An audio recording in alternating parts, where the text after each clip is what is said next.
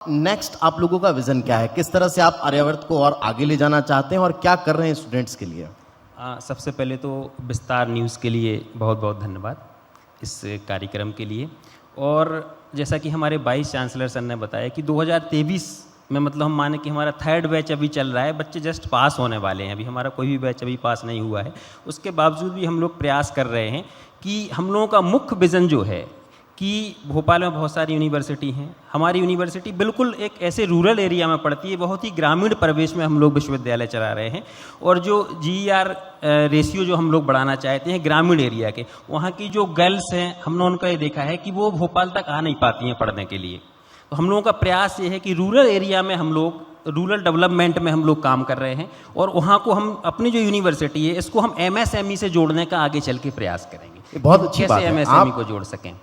ग्रामीण क्षेत्र में आप अपनी यूनिवर्सिटी चला रखे हो और वहां के बच्चों को पढ़ा रखे हैं, लेकिन शहरी क्षेत्र का बच्चा आपकी यूनिवर्सिटी में आकर पढ़े, इसके लिए बहुत कुछ मेहनत करनी पड़ेगी, कुछ नई चुनौतियां हैं। चुनौतियां हम इसको एक अपॉर्चुनिटी मानते हैं, हम इसको चुनौतियां नहीं मानते कि हम इतना अच्छा ग्रामीण क्षेत्र से बच्चा तैयार करेंगे जब हमारा फर्स्ट बैच निकलेगा, और जब वो शहरी बच्चों से मिलेगा तो ऑटोमेटिक हम ये चाहेंगे कि उनसे बेहतर बच्चा हम शहरी क्षेत्र में भेजें रोजगार के लिए। जब वो वहाँ जाएगा तो ऑटोमेटिक हमारी यूनिवर्सिटी में शहरी क्षेत्र से भी बच्चे आएंगे कि जब एक गाँव का बच्चा इतने अच्छे से वहाँ पढ़ सकता है, इतना स्किल उसमें डेवलप हो सकता है, तो शायद हम जाएंगे तो हमारा तो और अच्छे से वहाँ स्किल डेवलपमेंट होगा। तो हम इसको एक अपॉर्चुनिटी मांगेंगे, ना कि चुनौती। नहीं, बिल्कुल बहुत अच्छी बात कही आपने और इसके लिए तालियां बजनी चाहिए।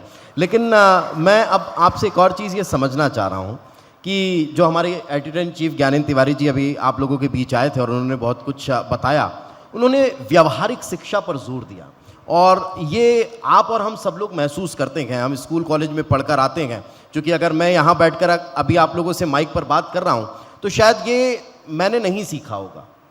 ये एजुकेशन हमको बच्चों को देना कि वो भविष्य में जो करने वाले हैं उसके लिए उनको ट्रेंड करना, ये भी कहीं ना कहीं यूनिवर्सिटी में होना चाहिए। एक्चुअली हम लोगों के जो कोर्स रखे हुए हैं वो NEP 2020 जो भी गवर्नमेंट ने किया है, और भारतीय ज्ञान परंपरा का प्रकोष्ठ भी हम लोगों ने अपने यहाँ बनाया हुआ है। और जो भारतीय ज्ञान परंपरा है NEP 2020, ये टोटली प्रैक्टिकल बेस है, थ्योरी से ज़्यादा प्रैक्टिकल पे हम लोग इसमें फोकस करते हैं। और व्यवहारिक जीवन हमें कैसे जीना है, जैसे सर ने भी बताया कि हम लोग मशरूम की खेती करा, तो एक प्रैक्टिकल मॉडल है जो बच्चे अडॉप्ट करें और वो जाके आगे बढ़ाएं। तो हमारा मुख्य उद्देश्य थ्योरी के साथ साथ उसकी प्रैक्टिकल और व्यवहारिक लाइफ को बढ़ाने के लिए ही रहेगा। कई बार जब हम इस तरह के एजुकेशन कॉन्क्लेव करते हैं, स्कूल वाले भी और कॉलेजेस वाले भी, तो जो स्टूडेंट्स बीच में बैठते हैं उनसे जब हम लोग बातचीत करते हैं और वो जब हम लोगों से सवाल करते हैं तो कई बार ऐसा होता है कि बीच में ही ये स्थितियां बन जाती है कि हमारे एडिटर इन चीफ या हमारे ग्रुप एडिटर बच्चों को बोलते हैं कि आप शायद इस फील्ड के लिए बहुत अच्छे हैं,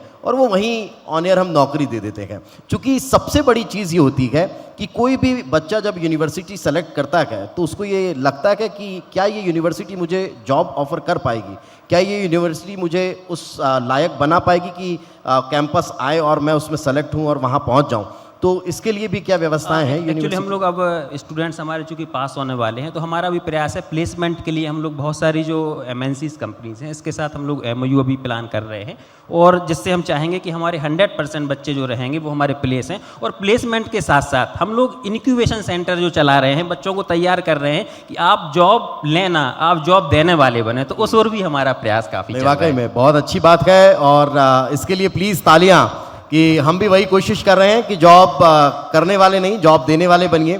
तो बहुत बहुत शुक्रिया, बहुत बहुत धन्यवाद। और यंग टीम है आपकी, मुझे आपको देखकर ऐसा लग रहा है, बहुत बहुत धन्यवाद। एक्चुअली मैं एक बात और बताऊं कि हम लोग का मैनेजमेंट का कॉन्सेप्ट है कि जैसे हमारे वाइस चांसलर सर हैं, काफ़ी सीनियर रिटायर्ड प्रोफेसर यहाँ पे हैं और मैं एक यंग हूँ, तो हम लोग ऐसा कॉम्बिनेशन यूनिवर्सिटी में बना के रह रहे हैं कि बच्चे को अगर छोटे उम्र वाले टीचर से अगर बात करने में समस्या नहीं है तो वो उससे कर ले, बड़े उम्र वाले में, तो इस टाइप से हम लोग एक कॉम्बिनेशन बना के और विश्वविद्यालय को रन कर रहे हैं। और बहुत बहुत धन्यवाद विस्तार न्यूज़ के लिए इस कार्यक्रम। Thank you so much sir, thank you so much. Thank you.